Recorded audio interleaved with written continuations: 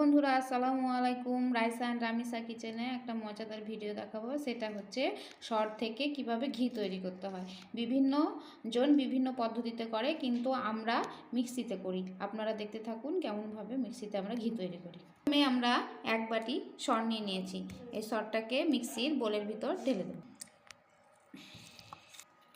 দেখুন বন্ধুরা, সরগুলো আমি মিক্সির বোলের ভিতর নিয়ে নিয়েছি।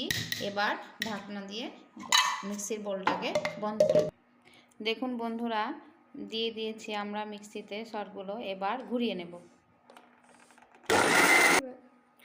অল্প অল্প হালকা হালকা করে মিক্সি চালিয়ে এভাবে অল্প অল্প করে ঘুরিয়ে নিতে হবে। দেখুন বন্ধুরা কেমন হয়েছে দেখতে।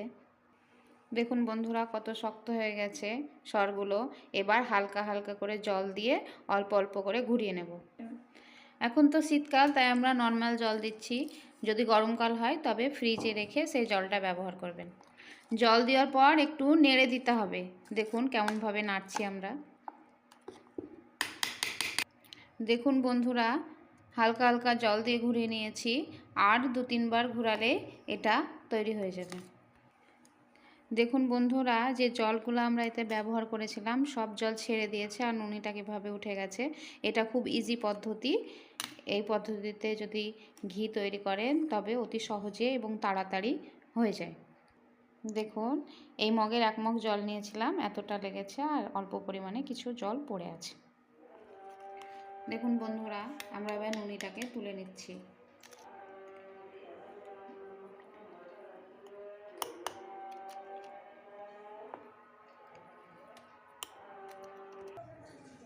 দেখুন বন্ধুরা, নুনিটাকে জল পাল্টে পাল্টে নেড়ে নেড়ে ধুয়ে নিতে হবে। দেখুন বন্ধুরা, নুনিটা আমাদের পরিষ্কারভাবে ধোয়া হয়ে গেছে। এবার গ্যাসে ফ্রাইং প্যান চাপিয়েছি। এবার ঘিটাকে গলিয়ে নেব। দেখুন, এবার এর মধ্যে নুনিটাকে দিয়ে দেব।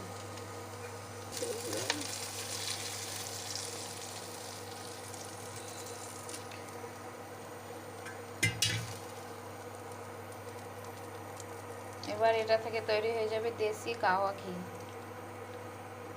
দেখুন বন্ধুরা, গলতে শুরু করেছে। এটাকে হালকা হালকাভাবে নাড়তে থাকবেন। দেখুন, এর কালারটা আস্তে আস্তে চেঞ্জ হচ্ছে, খয়েরি কালারের হবে, তখন জানবেন ঘি তৈরি হয়ে গেছে। দেখুন বন্ধুরা, আমাদের ঘি তৈরি হয়ে গেছে। দেখুন কালারটা কত সুন্দর এসছে, খয়েরি রঙের। এই কালার আসলে জানতে পারবেন যে ঘি হয়ে গেছে আর ঘি থেকে সুগন্ধ ছড়াবে। এবার আমরা ঘিটাকে ছেঁকে আপনাদেরকে দেখাবো কতটা ঘি হয়েছে। দেখুন বন্ধুরা, কতটা পরিমাণে ঘি হয়েছে। এই কালার করে ঘি নামাবেন, তাহলে অনেক দিন ঘিটা থাকবে আর কাচের বয়মে ভরে রাখবেন। রেসিপিটা ভালো লাগলে লাইক, কমেন্ট, শেয়ার করে চ্যানেলটি সাবস্ক্রাইব করে পাশে থাকবেন।